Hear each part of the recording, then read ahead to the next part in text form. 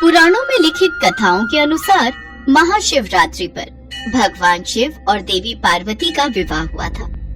इसलिए देश के कई प्रसिद्ध मंदिरों में महाशिवरात्रि के पावन उत्सव पर शिव विवाहोत्सव मनाया जाता है और शिव जी दूल्हा बनकर बारात लेकर निकलते हैं।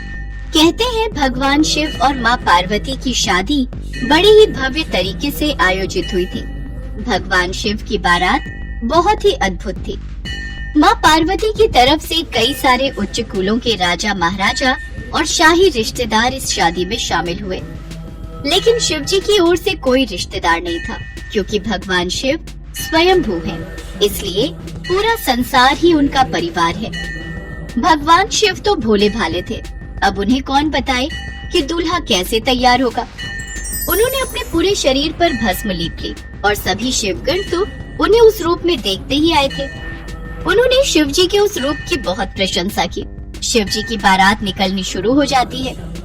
इस बारात में देव, दानव, सुर, असुर, भूत, प्रेत, पिशाच, नाग, नागिन, पशु, पक्षी, कीड़े मकोड़े सब बाराती बने। उधर देवी पार्वती भी 16 श्रृंगार करके तैयार हो चुकी थी।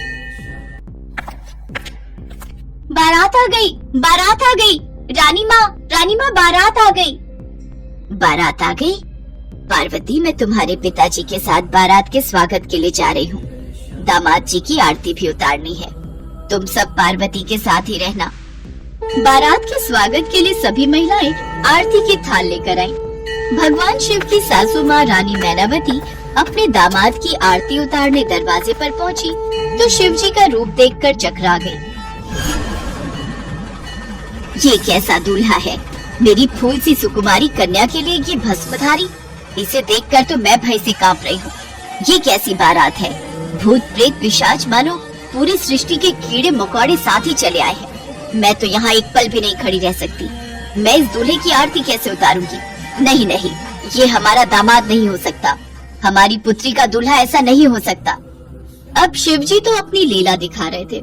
उनके नाग ने फुफकार मारना शुरू किया और मैनावती वहीं अचेत होकर गिर गई। कुछ लोग रानी मैनावती को उठाकर कक्ष में लाए। देवी पार्वती घबरा गई। मैनावती को जब होश आया तो वो क्रोधित स्वर में माता पार्वती को शिवजी से विवाह के लिए मना करने लगी। नहीं पार्वती, नहीं, तुम जानती नहीं हो। उनका रूप देखकर जब मैं डर गई तो तुम विवाह बंधन में बंधने वाली हो। तुम शिव के साथ कैसे रहोगी? अरे वो दूल्हा बनकर नहीं आए, वो भस्मधारी सारे भूत प्रेत आए हैं। मैं आरती उतारने नहीं जाऊंगी। रानी मैनावती, एक बार हमारी पुत्री की बात को भी हमें सुनना चाहिए।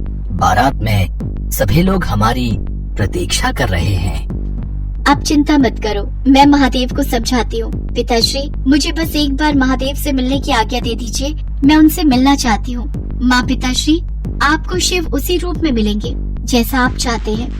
ठीक है बेटी, जाओ एक बार महादेव से बात करो। माँ पार्वती जानती थी कि जब तक महादेव दूल्हे का रूप धरकर नहीं आएंगे तब तक रानी मैनावती उनकी आरती नहीं उतारेंगी। इसलिए वो भगवान शिव को समझाने के लिए उनसे मिलने जाती है। हे प्रभु, आप अपनी लीला समेटिए। मेरी माता आपका ये रूप देखकर व्याकुल हो रही है और आपसे मेरा विवाह नहीं करवाना चाहती हैं। हर माता की तरह उनकी भी इच्छा है कि उनका दामाद सुंदर और मनमोहक हो। इसलिए आप अपने दिव्य रूप को प्रकट कीजिए। यदि आपने ऐसा नहीं किया तो हमारे विवाह में बाधा उत्पन्न होगी और मैं ये कदापि नहीं चाहूंगी। ठीक है पार्वती, यदि आपकी यही इच्छा है तो हम ऐसा ही करेंगे। आपकी माता श्री अपने दामाद को, आपके दूल्हे को जिस रूप में देखना चाहती हैं, मैं वही रूप धारण करूंगा। देवी पार्वती की मनोदशा समझकर शिव जी ने अपनी लीला समेट ली। भगवान शिव अपने चंद्रमौली रूप को धारण करके सबका मन मोह रहे थे। महादेव तैयार होकर बहुत ही सुंदर दूल्हे के रूप में सबके समक्ष आते हैं। रानी मैनावती महादेव के उस रूप को देखकर बहुत खुश होती है। देवी पार्वती भी आज अपने ऊपर गर्व महसूस कर रही थी। रानी मैनावती ने जब शिव जी को सुंदर दूल्हे के रूप में तैयार हुए देखा तो वे उन्हें निहारती रह गई। उन्हें अपने नेत्रों पर भरोसा ही नहीं हो रहा था। वह खुशी खुशी विवाह की तैयारी करने लगी। कुछ देर बाद सभी रस्मों के साथ ब्रह्मा, विष्णु सहित सभी देवी देवताओं तथा ऋषि मुनियों की उपस्थिति में भगवान शिव और माता पार्वती का विवाह संपन्न हो जाता है।